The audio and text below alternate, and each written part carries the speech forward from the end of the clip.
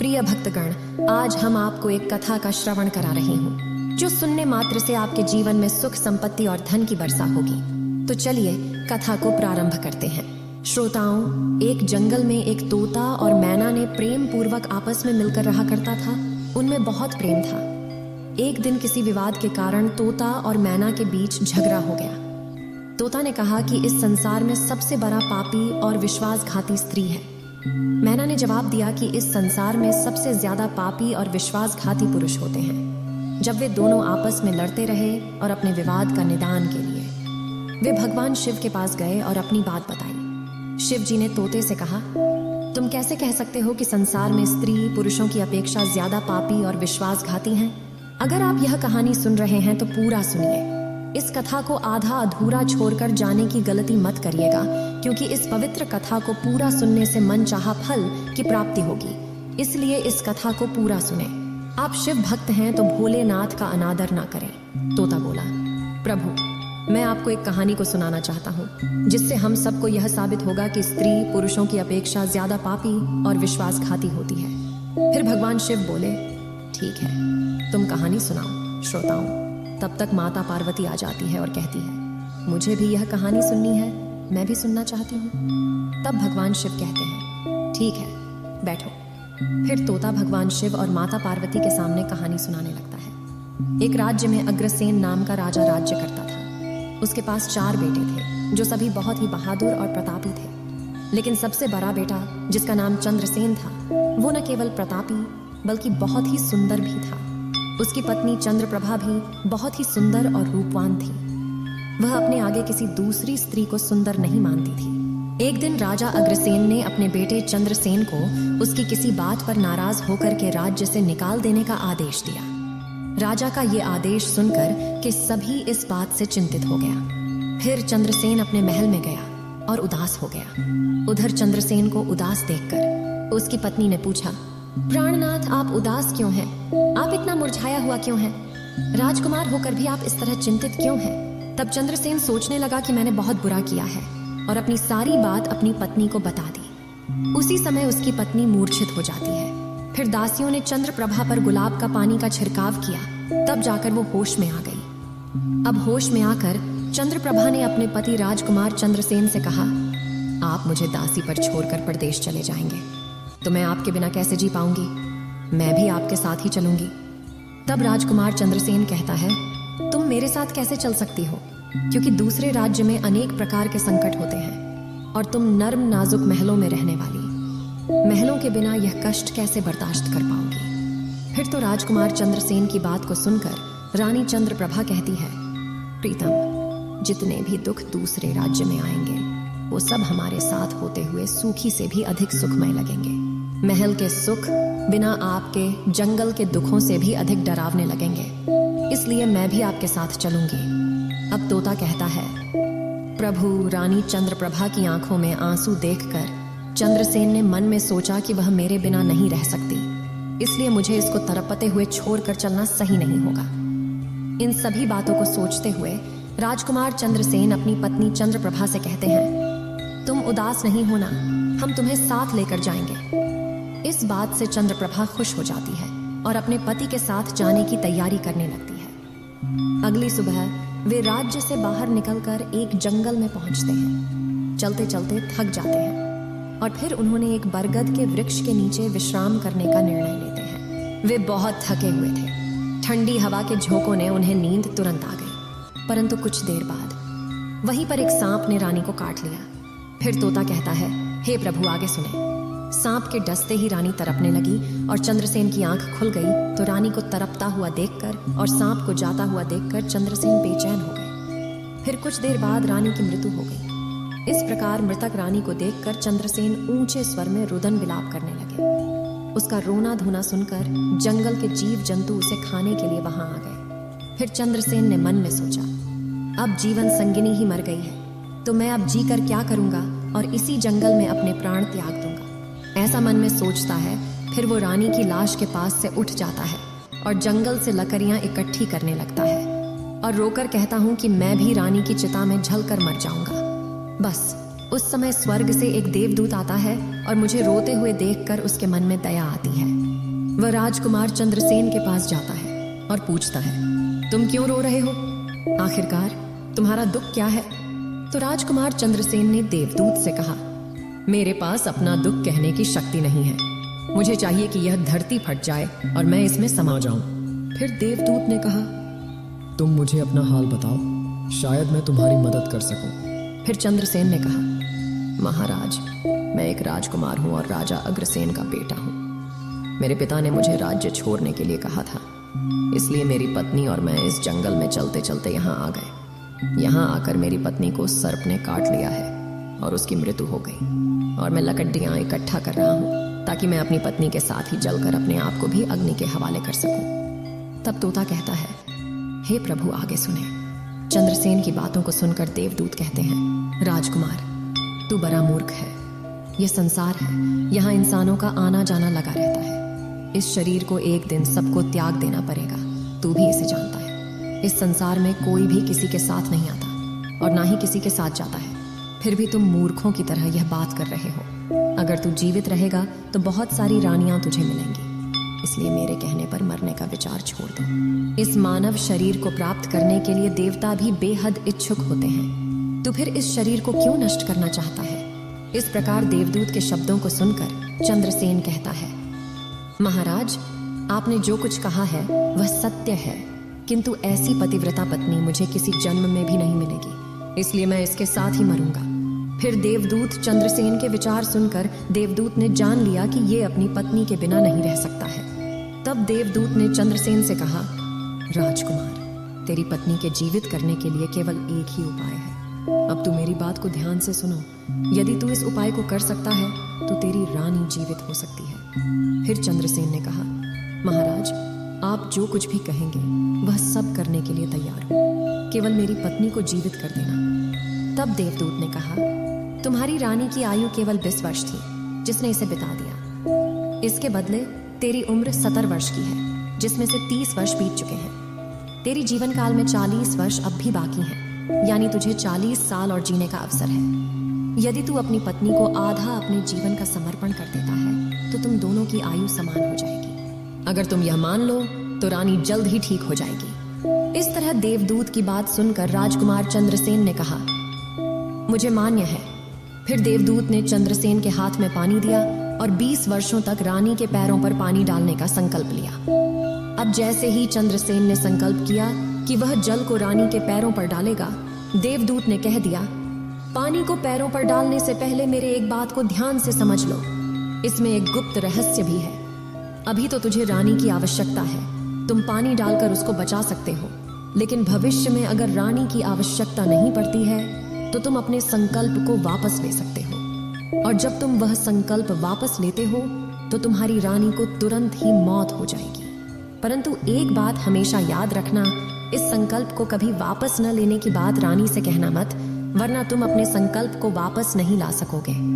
हमेशा याद रखना, जीवन में कुछ बातें हमेशा छिपा कर रखनी चाहिए, क्योंकि कभी कभी ये बातें काम आ सकती हैं। फिर तो ऐसा कहकर और उस रानी के सामने आकर वो देवदूत जो थे अंतर्ध्यान में चले गए। तब चंद्रसेन रानी से कहता है, आप सो गई थी, मैंने आपको नहीं जगाया। फिर चंद्रसेन कहने लगा, तुम बहुत थकी हुई थी, इसलिए मैंने तुम्हें नहीं जगाया। इस प्रकार राजकुमार चंद्रसेन ने अपनी रानी से सारी बातें छिपा दी कि सर्प ने तुम्हें काट लिया था और तुम मर गई थी। मैंने तुम्हें फिर जीवित कैसे किया है, ये सब राजकुमार ने अपनी पत्नी से छिपा लिया। फिर तोता बोला, प्रभु। फिर वो दोनों आगे बढ़ गए। कई दिनों बाद उन्होंने एक बहुत ही सुंदर स्थान देखा। वहां पर एक फकीर की कुटिया थी। जब वे वहां पहुंचे तो उन्होंने देखा कि एक सुंदर युवक फकीर हुक्का पी रहा था। वे दोनों बहुत ही थके हुए थे, इसलिए वे फकीर के पास बैठ गए। उस समय राजकुमार ने रानी से कहा, रानी, हमें प्यास लगी है, हम कुएं पर जाकर पानी पी आते हैं। अगर तुम भी प्यासी हो तो तुम्हारे लिए भी पानी ले आते हैं। तब राजकुमार की बात को सुनकर रानी ने कहा, मुझे तो प्यास नहीं लगी है, आप जाइए, पानी पिए, फिर वापस आइए। इसके बाद रानी की जवाब सुनकर राजकुमार चंद्रसेन एक लंबी रस्सी लेकर कुएं की ओर जा रहे हैं। चंद्रसेन पानी पीने पहुंचे तो राजकुमारी चंद्रप्रभा उस फकीर की ओर देख रही हैं। चंद्रप्रभा फकीर की सुंदरता को देखकर उस पर मोहित हो गई, अर्थात वह उसको दिल दे बैठी थी। अब वह फकीर से कह रही हैं, फकीर साहब, आप यहाँ बहुत खुशी से रहते हैं। फकीर ने कहा, तुम भी मेरे साथ रह सकती हो, लेकिन तुम्हारे पति भी साथ में हैं, तो कैसे तुमको रख सकते हैं? इसके बाद राजकुमारी चंद्रप्रभा ने फकीर के सामने अपनी प्रेम लीला प्रकट की तो फकीर ने कहा, मैं एक उपाय बताता हूँ। तुम अपने पति को जिस कुएं में पानी पीने गया है, तुम उसी कुएं में धकेल देना, फिर जो होगा हम देख लेंगे। फिर तो फकीर की बात सुनकर के चंद्रप्रभा ने कहा, ठीक है, मैं ऐसा ही करूंगी। अब इतनी ही देर में राजकुमार चंद्रसेन पानी पीकर रानी के पास आया तो रानी कहने लगी, मुझे भी अब प्यास लग रही है, कुएं पर वापस चल करके मुझे भी पानी पिलाओ।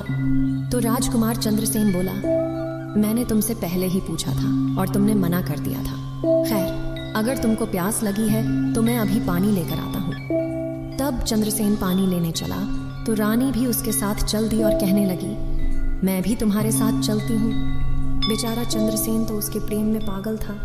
उसको क्या मालूम था कि ये मेरे प्राण लेने के लिए मेरे साथ आ रही है। श्रोताओं, वास्तव में विद्वान सच कहते हैं कि स्त्रियों के चरित्र को देवता भी नहीं जान सकते। मानव क्या चीज होता है, उनके जाल में अच्छे बुद्धिमान भी फंस जाते हैं। जब राजकुमार चंद्रसेन कुएं पर जाकर पानी भरने के लिए डोल भरता है तो रानी ने अपने पति यानी राजकुमार चंद्रसेन को धक्का देकर कुएं में गिरा देती है और खुद फकीर के पास चली जाती है।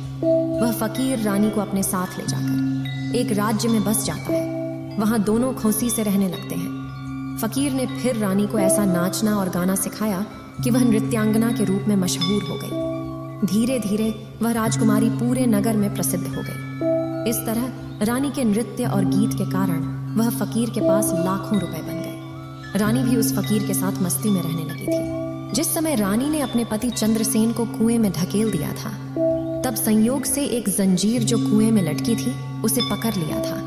चंद्रसेन ने उसको पकड़ा और कुएं में लटकता रहा। ईश्वर को याद करते हुए वो सोचने लगा, क्या यही मेरे प्यार की सजा है? और कुछ समय बाद बंजारों का एक काफिला वहां आया। काफिले में से एक बंजारा डोल लेकर कुएं का पानी भरने लगा। जब उसने पानी में डोल डाला तब चंद्रसेन ने उसका डोल हाथ से पकड़ लिया। बंजारा यह देखकर चौंक गया और पूछा, तुम कौन हो? राजकुमार चंद्रसेन ने कहा, भाई, मैं आफत का मारा हुआ हूँ, मुझे यहाँ से निकालो और मेरी जान बचाओ। मैं सारी जिंदगी आपके उपकार को नहीं भूलूंगा। और ऐसा कह करके राजकुमार बंजारे से प्रार्थना करने लगा। फिर तो राजकुमार चंद्रसेन के दुख को देखकर कि उस बंजारे को उस पर दया आ गई और उसने चंद्रसेन को कुएं से बाहर निकाल लिया और फिर पूछा, ये भाई, तुम कौन हो? तुम इस कुएं में कैसे गिरे? तुम मुझे अपना हाल बताओ। तब चंद्रसेन ने कहा, भाई, मैं अपना हाल आपसे कैसे कहूँ? जो मुश्किलें मेरे साथ हुई हैं, भगवान ना करे किसी के साथ ऐसा हो। फिर चंद्रसेन ने कहा, यदि तुम मुझसे जानना ही चाहते हो तो मैं आपको अपनी कहानी सुनाता हूँ। मैं एक राजकुमार हूँ। मेरे पिता ने मुझे राज्य से निकाल दिया था, इसलिए मैं अपनी प्रिय पत्नी के साथ एक जंगल में पहुंच गया। मेरी पत्नी और मैं एक दूसरे से बहुत प्यार करते थे। जंगल में एक सांप ने मेरी पत्नी को काट लिया, जिससे उसकी मृत्यु हो गई। मैं जब अपनी पत्नी के साथ मरने जा रहा था तब एक देवदूत ने मुझ पर दया की और मेरी आयु के 20 वर्ष में मेरी पत्नी को देने के बाद उसे पुनः जीवित कर दिया। फिर हम उस जंगल से आगे बढ़े। कुछ दिनों बाद हम एक स्थान पर पहुंचे जहां एक फकीर का डेरा था। मुझे प्यास लगी, मैं पानी पीने गया। जब मैं वापस आया तो मेरी पत्नी ने मुझसे कहा कि उसको भी प्यास लगी है, मुझे भी पानी पिलाओ। और इसी तरह कहकर मेरी पत्नी मेरे साथ उस कुएं पर आ गई। मैं कुएं से पानी निकाल रहा था तो उसने मुझे पीछे से धक्का दिया। कुएं में लटकी हुई एक जंजीर मेरे हाथ में आ गई, जिससे मैं कुएं में गिरने से बच गया। और फिर जब आप आए तो मैंने आपको आवाज दी, जिसके बाद आपने मुझे कुएं से बाहर निकाला। अब तोता बोला, प्रभु, इस प्रकार राजकुमार चंद्रसेन ने दुखी मन से सारा हाल उस बंजारे से कह दिया और फिर अपनी व्यथा सुनाकर चंद्रसेन चुप हो गए। उधर बंजारा ने उसकी बात को सुना और रानी की करतूत सुनकर दुखी होकर कहा कि स्त्रिया का चरित्र भगवान भी नहीं समझ सकते, तो मनुष्य कैसे समझ सकता है? बोलकर ऐसे कहकर बंजारा ने चंद्रसेन को सिर पर हाथ फेरा और कहा, तुम चिंता मत करो, भगवान बड़े दयालु हैं, वह तुम्हारी सहायता करेंगे। फिर उसने और कहा, तुम चाहो तो हमारे साथ कुछ दिन रुक सकते हो। राजकुमार चंद्रसेन ने उन बंजारों के साथ रहने को सहमत हो गया। फिर उनकी सहायता से वह कुछ दिनों बाद उसी राज्य में पहुंचा जहां उसकी पत्नी चंद्रप्रभा और वह फकीर रह रहे थे। उस राज्य को देखकर वह बंजारे से कहा, भाई, मेरी इच्छा है कि तुम कुछ दिन इस राज्य में रहते हैं। तब बंजारे ने कहा, आप जैसे चाहें, मुझे कोई आपत्ति नहीं है। फिर राजकुमार चंद्रसेन, जो बंजारे से विदा होकर राज्य में आया, काम की तलाश में घूमने लगे। कुछ दिनों बाद राजकुमार की मेहनत परिश्रम देखकर उसे एक बड़े व्यापारी ने अपने पास नौकरी पर रख लिया। इस तरह राजकुमार चंद्रसेन ने उस व्यापारी के पास रहना शुरू किया और बड़ी मेहनत और प्यार से अपने कर्तव्यों का निर्वाह करना शुरू किया। यह देखकर उस व्यापारी ने चंद्रसेन को बड़ा सम्मान दिया और उसे अपने यहाँ का मुनीब बना लिया। और इस तरीके से राजकुमार चंद्रसेन के दिन बड़ी खुशी खुशी गुजरने लगे। अब एक दिन नगर के राजा के यहाँ चंद्रप्रभा के नृत्य का आयोजन हुआ। राजा ने उस शहर के सभी बड़े व्यापारी और सेठों को अपने यहाँ नृत्य देखने के लिए आमंत्रित किया।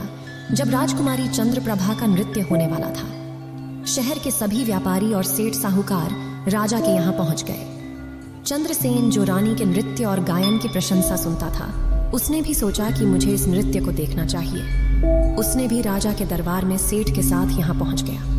रानी ने अप्सरा के समान नृत्य किया और उनकी सुरीली आवाज में कई सुंदर रागों को प्रस्तुत किया। उनके गाने को सुनकर महफिल के सभी लोग आश्चर्य में आ गए और सभी बहुत सारे इनाम दिए। इसके साथ ही राजा से लेकर प्रजा तक सभी ने उन्हें प्रशंसा की। राजकुमार चंद्रसेन ने अपने हाथ की अंगूठी उठाई जिसमें हीरा जरा हुआ था और फिर वह उसे उतारकर रानी चंद्रप्रभा को भेंट कर दी। इसके बाद रानी चंद्रप्रभा ने अंगूठी को पहचान लिया और मन ही मन में कहने लगी, यह तो बहुत बड़ा आश्चर्य हो गया। मेरा पति जिंदा है और यहाँ पहुंच गए हैं। अब वह मुझे छोड़ेगा नहीं, इसलिए मुझे कुछ ऐसा करना चाहिए जिससे वह मारा जा सके। उसने मन में सोचा, अब मैं यहाँ के राजा को एक सुरीली गाना और नृत्य सुनाऊंगी जिससे वह खुश होकर मुझे कुछ मांगने के लिए बोलेंगे। तब मैं राजा के आदेश से उन्हें मारवा दूंगी। इसके बाद राजकुमारी चंद्रप्रभा ने एक सुरीली गाना और नृत्य को सुनाई। रानी की इस बसंत की बहार को सुनकर राजा खुश हुआ। वह चंद्रप्रभा को वो बोले, मैं तुम पर बहुत खुश हूँ, तुम मुझसे क्या मांगती हो? तब राजकुमारी ने कहा, अगर आप मुझसे प्रसन्न हैं तो सबसे पहले मुझे बच्चन दीजिए और फिर जो कुछ मैं मांगूंगी वह आप मुझे वही देंगे। फिर चंद्रप्रभा ने कहा, इस सभा में मेरे एक चोर है, कृपया उसे फांसी की सजा दें। राजा ने कहा, तुम उस चोर को मेरे सामने लाओ। रानी ने उसका हाथ पकड़ा और उसे राजा के सामने ले गई। राजा ने अपने सैनिकों को आदेश दिया कि उस चोर को जल्लादों के पास ले जाओ और उसे चोर को फांसी पर चढ़ा दो। इसी बीच चंद्रसेन का सेठ भी वहां पहुंचा। वो डरकर चंद्रसेन के पास गया और पूछा, तुमने क्या चुराया इस नर्तकी का जिसके कारण वह तुझे मारना चाहती है? चंद्रसेन ने अपने मालिक से कहा, मालिक, मैंने कुछ नहीं चुराया है, बस आप इस राजा को केवल यह बता दो कि वह मेरी 2 बातें सुन ले, इससे मेरी जान बच सकेगी। अब चंद्रसेन का मालिक इसे सुनकर अपने साथी व्यापारियों और साहूकारों के पास गया और सभी ने मिलकर मशवरा किया। उन्होंने कहा, मित्रों, या तो राजा न्याय करें या हम सभी इस शहर को छोड़कर कहीं और चले जाएंगे। और इस प्रकार सभी व्यापारी राजा के पास गए और कहने लगे, राजा साहब, हमारा मुनीब निर्दोषी है, उसे मार देने की आपका आदेश है। वह कह रहा है कि वह अपनी 2 बातें आपको कहना चाहता है। फिर भी आपको लगे कि उसने अपराध किया है तो उसे फांसी दे देंगे, लेकिन मेरे मरने से पहले राजा केवल मेरी 2 बातों को जरूर सुने। फिर राजा ने व्यापारियों की बात सुनकर कहा, ठीक है, मुनीब को बुलाओ। चंद्रसेन को लेकर राजा के सामने लाया गया और राजा ने कहा, तुम जो कुछ कहना चाहते हो वो मेरे सामने कहो। तब राजकुमार चंद्रसेन ने कहा, महाराज, मैंने क्या दोष किया है जिसके कारण आपने मेरी हत्या का आदेश दे दिया है? फिर उसकी बात को सुनकर राजा ने कहा, तू इस नर्तकी का चोर है? तो चंद्रसेन ने कहा, नहीं महाराज, मैं इस उल्टा स्त्री का पति हूँ जिसने कुएं में धकेल कर एक फकीर के साथ चली आई है। राजकुमारी चंद्रप्रभा ने समझ लिया कि बात बिगड़ रही है। तब राजा से कहती है, महाराज, मैं कुलटा हूँ, यह झूठ बोल रहा है। ये कौन है? मैं इसे जानता तक नहीं, ये तो मेरा चोर है, मैं सिर्फ इतना ही जानती हूँ। फिर राजकुमार चंद्रसेन ने कहा, महाराज, ठीक है, अगर यह मेरी पत्नी नहीं है तो वो सब कुछ जो मैंने रास्ते में छोड़ा था वह मेरी अमानत के रूप में वापस कर दें। फिर चंद्रसेन रानी की ओर देखे। राजकुमार ने अपनी अमानत को लौटाने की बात की तो राजकुमारी चंद्रप्रभा ने इसे स्वीकार कर लिया। तब चंद्रसेन ने कहा, अच्छा, अब तुम अपने हाथों में पानी लो, हमारा न्याय इसी सभा में होगा। पानी लेकर वह जमीन पर रखा और कहा, वह वस्तु जो मेरे पास रास्ते में दी गई थी मैं अब वापस कर रहा हूँ। रानी ने भी पानी लिया और कहा, जो वस्तु इसने मुझे रास्ते में दी थी मैं अब वापस कर रही हूँ। जैसे ही वह अपने हाथों का पानी छोड़ा, रानी के प्राण छूट गए। यह दृश्य देखकर वहां के लोग हैरान रह गए। तो राजा ने यह देख चिंतित होकर चंद्रसेन से कहा, यह क्या हो गया, बताओ मुझे सच्चाई। तब राजकुमार चंद्रसेन ने अपनी कहानी शुरू की, अपने जीवन की सब घटनाओं को खुलकर बताते हुए उसके देश निकाले जाने से लेकर अब तक के सभी घटनाओं को सुनाया। राजा ने सब कुछ सुनकर चंद्रसेन को अपने गले लगा लिया और अपनी बेटी की शादी चंद्रसेन के साथ कर दी। तोता ने कहा, प्रभु, मैंने इस कहानी को सुना है। मैं भी स्त्रियों से घृणा करता हूँ और मैं यह कह सकता हूँ कि इस संसार में स्त्रियां पुरुषों से अधिक पापी और विश्वासघाती होती हैं। अब श्रोताओं, एक बार तोते ने भगवान शिव और पार्वती को एक कहानी से यह बताया कि स्त्री पुरुषों की तुलना में अधिक पापी और विश्वासघाती होती हैं। तो सभी ने इसे सुनकर हैरानी में डाल दिया। पार्वती ने कहा, प्रभु, मुझे लगता है कि तोते सच कह रहा है। स्त्री तो सभी में से केवल एक दो ही बिना नैतिक मूल्यों और ईमानदारी के हो सकती है, परंतु पुरुषों में भी ऐसे कुछ हैं जो पापी और विश्वासघाती हो सकते हैं। फिर भगवान शिव ने पूछा, ठीक है, तो मैना तुम कैसे सिद्ध करोगी यह बात? मैं भी एक कहानी सुनाती हूँ जिससे स्पष्ट होगा कि स्त्री की तुलना में पुरुष अधिक पापी और विश्वासघाती होते हैं। फिर माता पार्वती कहना शुरू किया, प्रभु, एक गांव में एक परिवार रहता था जो बहुत ही धनवान था और उस धनवान यानी सेठ का बेटा एक अद्भुत प्रकार का व्यक्ति था। सेठ का बेटा इतना जुआरी था कि सेठ उसके बारे में सोचते सोचते परेशान रहता था। एक दिन उनका बेटा जुआ खेल रहा था। उसी दिन उसके पिता का निधन हो गया। फिर भी वह जुआ खेलना बंद नहीं किया, लेकिन पिता की मृत्यु के बाद वह खुल के जुआ खेलने लगा और सब कुछ हार गया। फिर वह अपने गांव से दूर चला गया और एक सेठ के घर पहुंचा और सेठ से बोला, मुझे बहुत तेज प्यास लगी है, मुझे एक ग्लास पानी मिलेगा? तो सेठ ने उस युवा से पूछा कि तुम कौन हो, क्या करते हो और कहां से आए हो? जिसके उत्तर में उस युवा ने कहा, मैं एक व्यापारी हूं और यहां से जा रहा था, तो सोचा कि पानी पीकर चला जाऊं। तब सेठ ने पूछा कि तुम कौन व्यापार करते हो? तब युवा कहता है, व्यापार करते समय मेरे सामान समुद्र में गिर गया, इसलिए यदि आप मेरी कुछ मदद कर दें तो अच्छा होगा। फिर सेठ ने लड़के की बात सुनी और फिर उसकी बातों के जाल में फंस गया और कहने लगे कि बेटा, तुम तो ठीक हो और कुछ कमा भी लेते हो, तो क्या मेरी बेटी से शादी करोगे? अब तो ये बात सुनकर युवा खुश हो जाता है और शादी के लिए हाँ कह देता है, जिसके बाद दोनों का विवाह हो जाता है। प्रभु, इस प्रकार सेठ अपनी बेटी को धन के साथ विदा कर देते हैं। उधर युवा लड़का को तो बस केवल धन के लिए विवाह करना था, तो उसने वो भी कर लिया। अब विवाह के बाद जब युवा सेठ की लड़की को साथ लेकर जा रहे थे तो एक जंगल आ गया। वहां पर युवा लड़का अपनी पत्नी से बोला, देखो, हम अभी जंगल में हैं, यहाँ कोई चोर हमारे गहनों को चुरा सकता है, इसलिए आप अपने सभी गहनों को मुझे दे दें ताकि हम सुरक्षित रह सकें। युवा की पत्नी ने अपने पति पर भरोसा किया और अपने सभी गहनों को उन्हें सौंप दिया। और क्यों ना करें, क्योंकि वह उनके पति थे।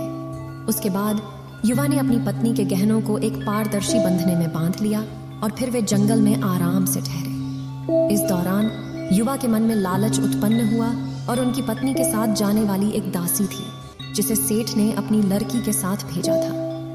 युवा ने फिर उस दासी को मार डाला। फिर उसने अपनी पत्नी को एक कुएं में गिरा दिया और मन में यह विचार किया कि मैं इसके साथ में सिर्फ पैसों के लिए शादी की थी, मेरे पास पैसे मिल गए, और उसने सोचा कि वह पानी में डूबकर मर जाएगी। इस तरह सोचकर वह युवा वहां से चला गया, लेकिन उसकी पत्नी नहीं मरी और वह कुएं से बाहर निकलने के लिए आवाज देती रही। कुएं के पास से एक आदमी गुजर रहा था और जब उसने किसी महिला की आवाज सुनी तो वह उस महिला को कुएं से बाहर निकाल लिया। फिर कुएं से बाहर निकलने के बाद महिला ने अपनी सारी जानकारी उस व्यक्ति को दी और उस व्यक्ति ने महिला को उसके पिता के घर पहुंचा दिया। अब जब महिला पिता के घर पहुंची तो उसके पिता ने पूछा, तुम्हारे साथ क्या हुआ? महिला ने कहा, पिताजी, जंगल में कुछ चोरों ने हम पर हमला किया था और दासी को मार दिया, मुझे कुएं में धकेल दिया और पति के बारे में कुछ पता नहीं है। बेटी की बातें सुनकर सेठ जी ने कहा, कोई बात नहीं, भगवान सब ठीक करेंगे। अब मैं यह कहती हूँ कि प्रभु, इस दुनिया में स्त्री और पुरुष दोनों ही विश्वासघाती और पापी हो सकते हैं। अब आपके हाथ में न्याय का फैसला है। मैंने भी आपको एक कहानी सुनाई है और तोते ने भी एक कहानी सुनाई है। अब आप ही न्याय करें। उसने अपनी पत्नी को मारा और सारा सामान लेकर के चला गया। अब तोता और मैना की कहानी सुनकर भगवान शिव बोले, ठीक है तोता और मैना, मैंने तुम्हारी कहानी को ध्यान से सुना है। अब मैं तुम्हारा न्याय करता हूँ। सच में इस संसार में स्त्री और पुरुष के बीच ज्यादा पापी या विश्वासघाती कौन होता है, ये मेरे लिए स्पष्ट है। शिव जवाब देते हैं, बिना किसी शंका के ये सत्य है कि इंसान की सोच उसके इस स्तर से नीचे जा सकती है और वहीं पापी और विश्वासघाती होता है। चाहे वह स्त्री हो या पुरुष, इंसान को किसी भी प्रकार के पाप करने से पहले यह सोचना चाहिए कि क्या वह सही है या नहीं। पापी और विश्वासघाती होने की कोई जाति नहीं होती, वह इंसान की सोच और कृतियों का परिणाम होता है। श्रोताओं, वास्तव में इंसान की सोच उसके स्तर से नीचे जा सकती है और यही पापी और विश्वासघाती बना देता है। इस वीडियो को बोलते समय कोई त्रुटि हो तो मैं